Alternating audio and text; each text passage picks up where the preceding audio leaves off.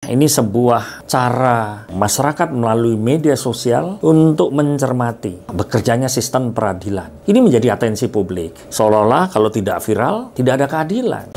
Assalamualaikum warahmatullahi wabarakatuh. Salam jumpa kembali dengan FW Legal Voice. Saya Associate Profesor Dr. Firman Wijaya, selaku Ketua Umum Masyarakat Hukum Pidana dan Kriminologi, serta Ketua Umum Persatuan Advokat Indonesia Pradin. Fenomena no viral, no justice. Ini sesungguhnya apa yang terjadi pada masyarakat kita terhadap sistem peradilan kita?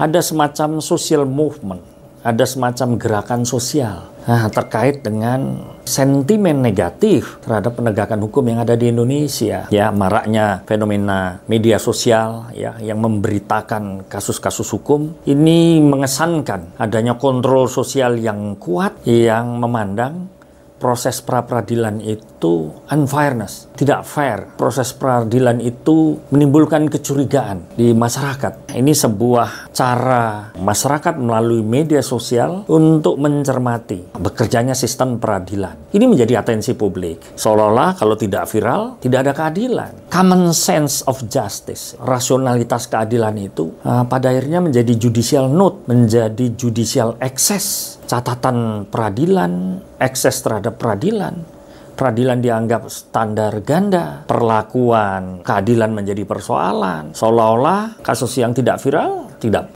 perlu menjadi perhatian masyarakat.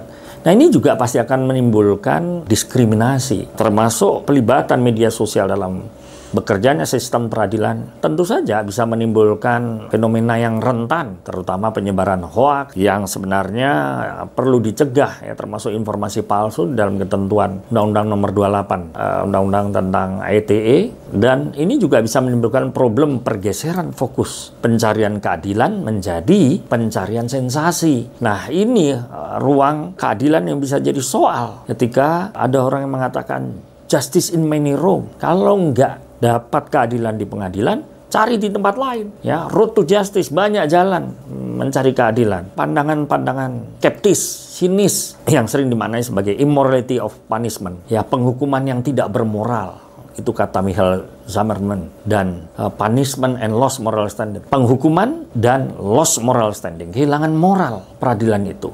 Kenapa? Ketidakpercayaan, kenapa demikian skeptis di masyarakat? Ada semacam judicial issue, isu-isu peradilan dan an irony, ya, yang dikatakan Abraham Bloomberg, dan ironi yang muncul ketika setiap orang dimaknai sama di depan hukum, tapi tidak semua orang sama di depan penegak hukum. Nah, inilah yang banyak menimbulkan persoalan tentang bekerjanya sistem peradilan kita. Sehingga kita perlu kembali memfitrahkan diri, menyucikan pikiran dengan berbagai filosofi, kebijakan-kebijakan. Cintailah kebenaran dan maafkanlah kesalahan. Itu kira-kira sebenarnya substansi yang diinginkan oleh Presiden Prabowo, ya. Ketika berharap kalau yang benar, ya, tegakkan hukum sebenar-benarnya. Kalau yang salah, hukumlah, tetapi diampuni juga kesalahannya. Karena Tuhan juga Maha Pengampun. Banyak jalan. Setelah seseorang itu menjalani hukuman, tentu tidak harus menghabiskan kehidupannya di balik terali besi. Nah, karena itulah mata batin kebenaran, moralitas peradilan itu menjadi